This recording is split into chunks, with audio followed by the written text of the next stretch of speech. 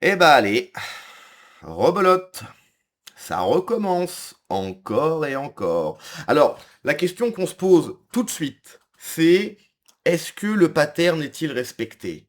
C'est ce que l'on va voir pendant cette vidéo. Spoiler alerte, bien évidemment que oui. Alors, juste une petite chose avant que l'on regarde tout ça, j'ai plusieurs vidéos à vous montrer. Ça se passe à Caen. Caen, ce qu'il faut savoir, c'est que c'est à côté de chez moi. Caen, c'est en Basse-Normandie. Moi, je suis rouennais. Rouen, c'est Haute-Normandie. Alors maintenant, on dit plus Haute et Basse-Normandie. On dit la Normandie, j'en ai rien à carrer, en fait. Voilà, il y a la Haute-Normandie, la Basse-Normandie. Il y a eu un débat pendant un moment, qu'est-ce qu'allait être la capitale, entre guillemets, de la Normandie. Donc c'est soit Caen, soit Rouen. Je suis désolé hein, s'il y a des personnes de Caen qui tombent sur cette vidéo. Bon, Rouen a été choisi à juste titre, hein. Rouen, c'est quand même un peu mieux que Caen. Même si le festival, le carnaval de Caen, c'est très sympa. Bon, Rouen, d'un point de vue historique, ça a quand même plus de gueule que Caen. Mais bref, donc Caen, juste pour dire que c'est à côté de chez moi, je connais la ville, j'ai déjà été, etc. C'est une ville plaisante. C'est pas une grande ville. C'est pas spécialement une grande ville. C'est pas une ville qui est spécialement exposée. Tout ce qui est le nord-ouest en France, c'est bon, de moins en moins malheureusement, mais quand on compare au sud, par exemple à Nice, à Perpignan, quand on compare aux grandes villes, Paris, Lyon, c'est moins remplacé, si tu veux. Toute la partie nord-ouest de la France est quand même un peu moins remplacée. Alors, c'est en train de se faire. C'est-à-dire que bah, les grandes villes débordent, donc voilà. Hein. Tous ceux qui pensent que oui, bah, on va aller dans des plus petites villes, ça va aller mieux. Oui, mais sauf que petit à petit, ça va devenir la même chose. Oui, bah on va aller en campagne. Oui, bah Jean-Luc Mélenchon a dit, vous êtes ici chez vous, allez même en campagne. Bref, donc même les petites villes qui étaient, fut un temps épargnées, bah ne le sont plus, si tu veux, hein, parce que bah ça, voilà, ça déborde de partout, tu vois. Et donc bon, Paris, Lyon, Marseille, c'est saturé, et donc voilà, hein, ça se disperse un petit peu n'importe où. Bref, quand une voiture fonce sur un groupe devant la gare, au moins un mort et plusieurs blessés. Je crois que maintenant on est à 2 morts et plusieurs blessés. Drame de la route et violence, un automobiliste a percuté un groupe de personnes près d'un abribus dans le quartier de la gare à Caen. Le bilan provisoire fait état d'au moins un mort et de plusieurs blessés. Un acte délibéré après une altercation. Origine des faits, selon les premiers éléments. L'attaque ferait suite à une dispute survenue dans un bar du quartier qui a dégénéré. Bien sûr, tu t'embrouilles dans le bar, tu prends ta bagnole et tu fonces sur un abribus. Hein. Logique, bien sûr. Bilan lourd. La voiture a foncé sur le groupe vers 22 heures, faisant au moins un mort et une dizaine de blessés, dont 4 personnes grièvement touchées. Victimes. La majorité des personnes touchées seraient de nationalité étrangère, notamment afghane, égyptienne et bangladaise. Interpellation du suspect en fuite. Fuite et arrestation. Après les faits, le conducteur a pris la fuite au volant d'une berline allemande noire avant d'être rapidement interpellé à Ouistreham. Profil du suspect, hein, c'est là où ça va devenir croquant. L'individu arrêté a été identifié comme étant Ibrahim. Ibrahim, âgé de 26 ans et né en Russie. C'est vrai qu'Ibrahim, ça fait très russe. Ah bah oui, Ibrahim, c'est russe, hein, bien sûr. Une enquête a été immédiatement ouverte. Alors il y a plusieurs vidéos, c'est parti.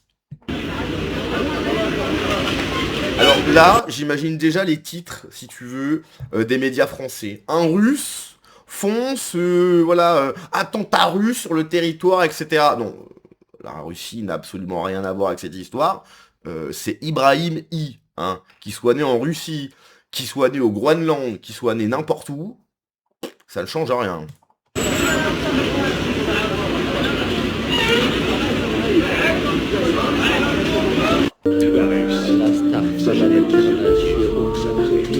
Donc là, on parle de 2 morts et 8 blessés.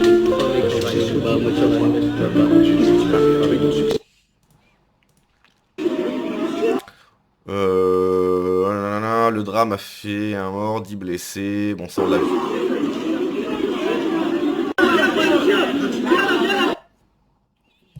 C'est très rapide. Hein. L'auteur de l'attaque à la voiture bélier à Caen, Ibrahim, âgé de 26 ans, est né en Russie. Le bilan fait d'état au moins 2 morts et 8 blessés. Voilà.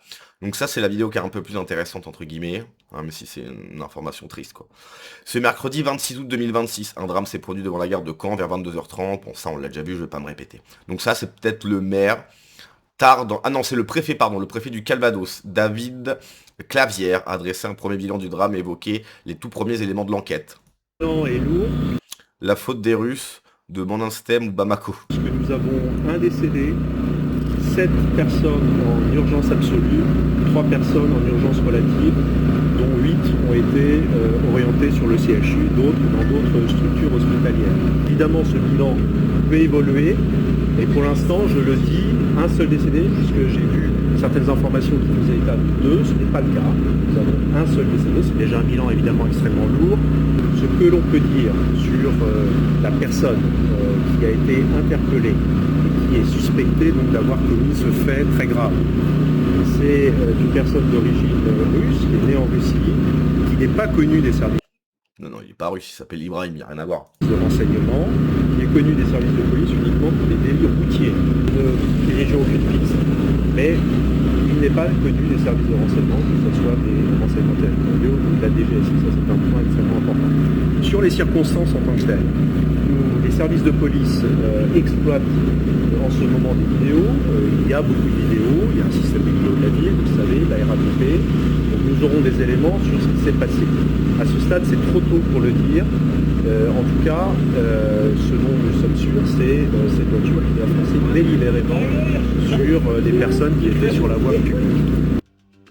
Alors là, j'étais en train de dire le commentaire de Monèche en privé, voilà. Dites ActuCamp, donc c'est le groupe, c'est le compte Instagram sur lequel on est là. Vous pourriez supprimer les commentaires racistes, s'il vous plaît.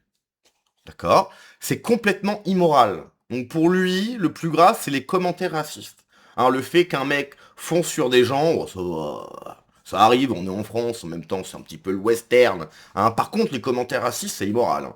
Et laisser des commentaires délictueux, c'est être complice du délit en question. Ici, le racisme qui est interdit par la loi. Voilà. Donc pour cette personne, le plus grave, c'est qu'il faut voir qu'est-ce qu'il appelle commentaire raciste. Hein, parce que si dire un russe qui s'appelle bien évidemment Ibrahim, personne n'est surpris. Je vois pas où est le racisme là-dedans. Hein, c'est-à-dire que tout est raciste. Maintenant, absolument tout est racisme.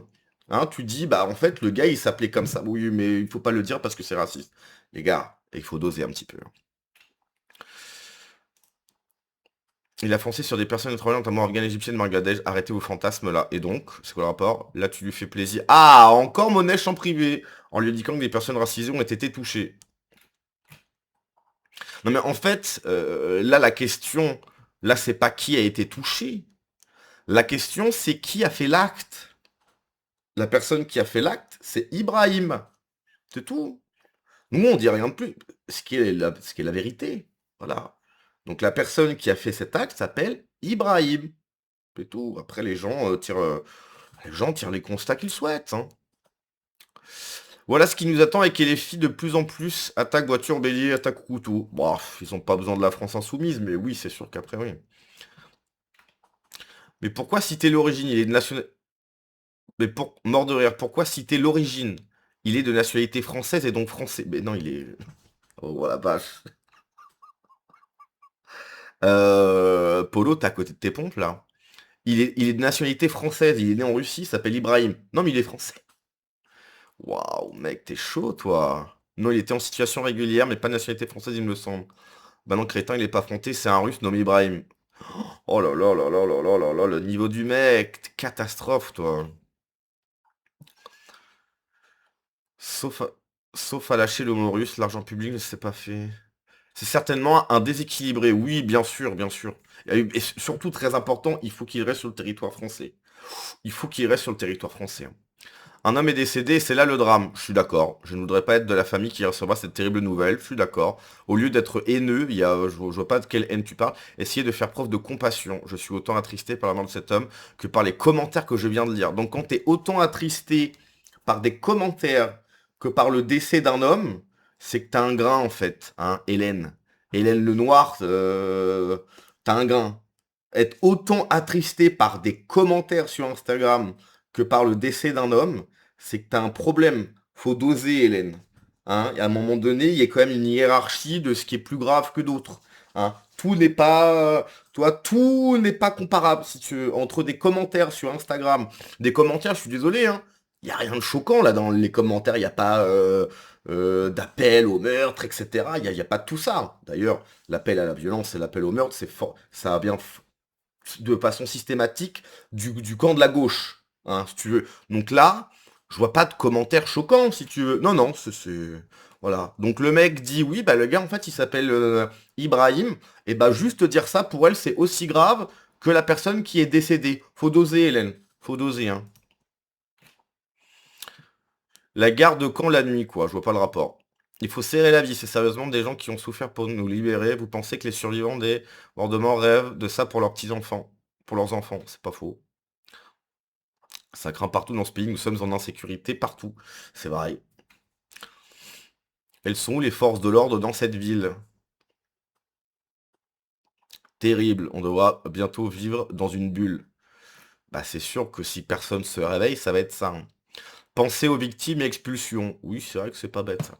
Bref, voilà. Des nouvelles de la France. T'es à Caen, tranquillement, à 22h30, et t'as quelqu'un qui te fonce dessus en bagnole à l'abribus. Mais attention, le plus grave, c'est les commentaires sur Instagram. Ça, oh là là, ouh lolo. Ok, ok. Le mec, il a foncé sur des gens, il a écrasé des gens mortellement, hein. Ok. Mais les commentaires sur Instagram, quoi. Oh, quelle horreur. Tu t'imagines des commentaires sur Instagram? Personne qui décède, commentaire sur Instagram. C'est quoi le plus grave? On sait pas. Non, vraiment, on sait pas, hein. Bien sûr qu'on sait pas. Allez, on se laisse là-dessus. Ciao.